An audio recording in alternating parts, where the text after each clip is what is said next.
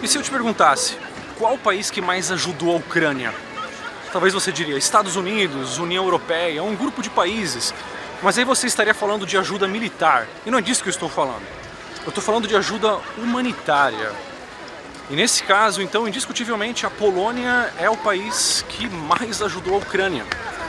E convenhamos, a Polônia vem ajudando a Ucrânia muito antes do início da guerra. Tanto que, quando a guerra começou, já havia aqui na Polônia mais de 1 milhão de ucranianos morando aqui. Então não é de hoje que a Polônia vem acolhendo aí muitos e muitos ucranianos. Milhões mais vieram para cá depois do conflito. Alguns foram embora, outros foram para outros países da União Europeia. Mas ainda assim, aqui no total, é o país onde mais há ucranianos fora da Ucrânia. É claro que essa ajuda não é apenas humanitária. A Polônia também se tornou o segundo maior fornecedor de equipamentos militares à Ucrânia em 2022. Quantos milhões de ucranianos foram acolhidos pela Polônia? E por que essa cidade polonesa tem tantas estátuas de duendes? E o que isso tem a ver com o comunismo? É verdade que a Polônia salvou a Europa várias vezes na história? Como? Confira tudo isso e mais aqui neste vídeo. Pessoal, essa nossa quinta visita à Polônia foi feita no início de 2023. Eu até cheguei a publicar esse vídeo lá no meu outro canal, Rafael Scapella, mas quase ninguém o viu, porque ele foi silenciosamente censurado. Por isso, eu o republiquei aqui no canal Olhar Internacional. Na ocasião em que esse vídeo foi publicado, a Alemanha, país vizinho da Polônia, enfrentava desafios significativos. Estes incluíam tensões crescentes, o risco de ataques e um aumento no crime contra mulheres, além, claro, das manifestações violentas e uma onda crescente de antissemitismo, a qual não se observava na Alemanha desde a década de 40. Esses problemas, em grande parte, decorrem das políticas de imigração adotadas pela Alemanha nos últimos anos. Em contrapartida, observa-se um cenário bastante distinto na Polônia. Este país caracteriza-se por sua paz, segurança e um crescimento econômico robusto. É surpreendente notar tal contraste, considerando que ambos os países são vizinhos e ambos acolheram milhões de imigrantes e refugiados. Essa situação evidencia as diferentes consequências resultantes das políticas de imigração implementadas por esses dois países.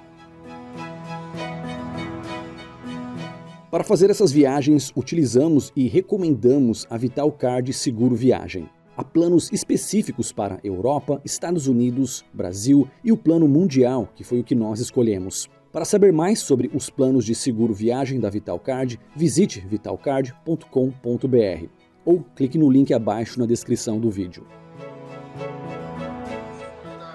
Królowie, też dziękujemy Wam wszystkim, którzy chcecie się pokłonić. Kochani, na koniec ostatnia kolenda Maryi, niech razem z nami.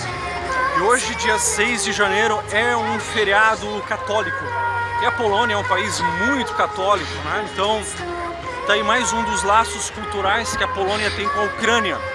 Claro, na Ucrânia o que predomina é mais o cristianismo ortodoxo, aqui é o catolicismo. Mas ainda assim é o cristianismo. E claro, também o idioma, né? São idiomas eslavos, né? Então é muito mais fácil para o ucraniano aprender o polonês do que o inglês ou do que o alemão. Assim como é mais fácil para um brasileiro aprender o italiano, que é um idioma da mesma família. E aqui na Praça Central há muitas pessoas pedindo doações, né, para a Ucrânia.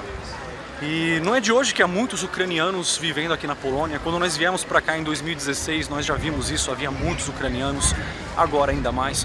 Nós chegamos aqui no aeroporto e o motorista do Uber era ucraniano. Ele contou pra gente um pouco da história dele, que ele tinha vindo para a Polônia antes da guerra, né, que aqui ele tem família, filhos pequenos, mas que se não fosse por essa questão familiar, ele já teria voltado para a Ucrânia para lutar na guerra. De acordo com essa reportagem do Observador, a Polônia é o país da União Europeia que mais acolhe refugiados ucranianos. Pouco mais de 3 milhões ficaram na Polônia, enquanto milhões de outros foram para outros países da Europa e do mundo. De acordo com a Statista.com, site que compila estatísticas, mais de 9 milhões de refugiados ucranianos cruzaram a fronteira para a Polônia desde o início do conflito. Só no dia 6 de março de 2022 foram mais de 142 mil pessoas, majoritariamente mulheres, idosos e crianças. Essa é a pior crise de refugiados na Europa desde a Segunda Guerra Mundial. Todo esse influxo de refugiados causou um aumento considerável de população em algumas cidades polonesas. Wrocław, onde eu fiz esse vídeo, viu um aumento de 29% em sua população em 2022 devido ao influxo. Claro que esses números são voláteis, já que muitos refugiados estão de passagem, rumo a outros países ou cidades, e outros provavelmente retornarão à Ucrânia quando o conflito finalmente acabar. E a Polônia, assim como a Ucrânia, também por décadas sofreu com o comunismo. Então os países têm mais isso em comum, sofreram também com o nazismo. A Polônia ainda mais porque é um país que foi invadido pelos dois lados, né? Então o plano mais uma vez era fazer a Polônia sumir do mapa. Tanto que a Polônia foi um passo adiante de muitos países. Ela proibiu o nazismo, mas proibiu também o comunismo. E relacionado a essa resistência contra o comunismo, nós temos os famosos duendes aqui de Wrocław. Mas como assim? Como que duendes estão relacionados ao comunismo? Bem, tudo começou como uma forma de protesto. Eles estão espalhados por toda a cidade. Primeiro eram só grafites, né? Pichação ou desenhos em protesto ao comunismo, mas havia muita censura, como esperado. Então o artista não tinha a liberdade artística, a liberdade de expressão artística para protestar contra o regime da época. Então eles tiveram que ser criativos. Então eles começaram a desenhar duendes e todos sabiam que aquilo era uma forma de protesto contra o comunismo. Mas seria um pouco vergonhoso, né, para os oficiais do regime dar o braço a torcer e querer censurar duendes. Olha só, várias pessoas param aqui para tirar fotos, né, dos duendes. E o movimento continuou e foi ganhando forças, né? E agora, hoje, ao invés de você ver vários duendes desenhados pela cidade, você vê estátuas e estátuas de duendes. E até um passatempo quando você visita aqui Wrocław. Ao invés de ficar procurando pokémons, você pode procurar duendes. Há centenas deles por aqui. E essa não foi a primeira vez que a Polônia venceu o comunismo. Em 1920, durante a Batalha de Varsóvia, a Polônia impediu que uma revolução comunista se espalhasse pela Europa Ocidental. Infelizmente, como sabemos, a Polônia foi invadida e repartida 2 décadas depois, o que pode até dar a impressão de que os poloneses se rendem fácil, como os franceses. Só que não. Além desses 2 atos heróicos da Polônia no século XX, há pelo menos mais 2 períodos na história em que poloneses tiveram um papel importante em salvar a Europa. Em 1683, tropas lideradas pelo renomado rei polonês Jan Sobieski derrotaram os turcos otomanos na Batalha de Viena. Se tal batalha tivesse sido perdida, teria sido o fim da cristandade e a ascensão do islamismo em grande parte da Europa Ocidental. Séculos antes, poloneses e seus aliados húngaros derrotaram os invasores mongóis.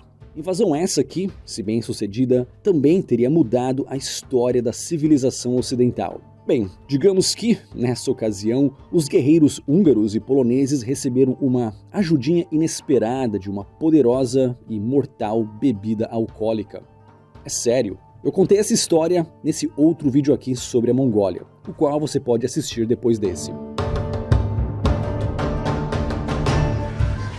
Essa cidade de Wrocław é conhecida como Breslávia em português, em espanhol, porque vem do nome alemão, Breslau, que era uma cidade alemã. Foi uma das cidades que mais lutou para não se render ao avanço soviético no final da Segunda Guerra, tanto que ela se rendeu poucos dias antes de Berlim cair nas mãos dos soviéticos. Então, fazia parte da Alemanha, agora faz parte da Polônia, assim como a cidade de Lviv, na Ucrânia, fazia parte da Polônia e hoje é parte da Ucrânia. Então, há muitas cidades na Europa que já trocaram de mãos de impérios, de idiomas, de povos múltiplas vezes. E Wrocław, ou Breslávia, é mais uma delas. E nessa época do ano, início de janeiro, 3h30 da tarde e o sol já está começando a ir embora. Hoje o sol se põe às 3h57 da tarde. Então daqui a pouco eu vou tomar um café às 5 da noite. E não da tarde, né? Porque já vai estar escuro. E é interessante que esse é o fuso horário apropriado para a Polônia, mas não para a Espanha. E mesmo assim, a Espanha mantém o mesmo fuso horário da Polônia. Muitas vezes a Polônia é criticada por não aceitar refugiados o bastante, quando na verdade é o país que mais aceitou refugiados em números proporcionais à sua população. Mesmo assim, a Polônia tem sido alvo de críticas e cobranças vindas da União Europeia, a qual até já acusou a Polônia de atos antidemocráticos. Eu já falei sobre essa história nesse outro vídeo aqui no canal. Essa foi a 5ª vez que nós visitamos a Polônia, e cada vez que voltamos encontramos um país diferente. Um país com mais poder de compra devido ao crescimento econômico, um país com cada vez mais habitantes da Ucrânia e, claro, com preços cada vez mais altos. Se hospedar por aqui em 2023 custou 3 vezes mais que em 2018, não só devido ao aumento do preço do gás e da eletricidade na Europa, mas também devido à inflação. Olha só que veículo de transporte coletivo mais interessante esse aqui. Parece um carrinho de golfe, só que versão ônibus. As cidades polonesas são repletas de catedrais como essa. E para vocês que pretendem viajar pelo Brasil ou pelo mundo em breve, conheçam a VitalCard, o seguro que nós escolhemos para as nossas viagens. Visite vitalcard.com.br e faça seu orçamento. Aqui estão 2 vídeos relacionados. 2 meses após visitar a Polônia, fomos para a Islândia e fizemos uma tour num Tesla de mais de R$1 milhão. Clique agora para conferir esse vídeo, ou então clique nesse outro vídeo aqui sobre as melhores cidades da Polônia. Até o próximo vídeo.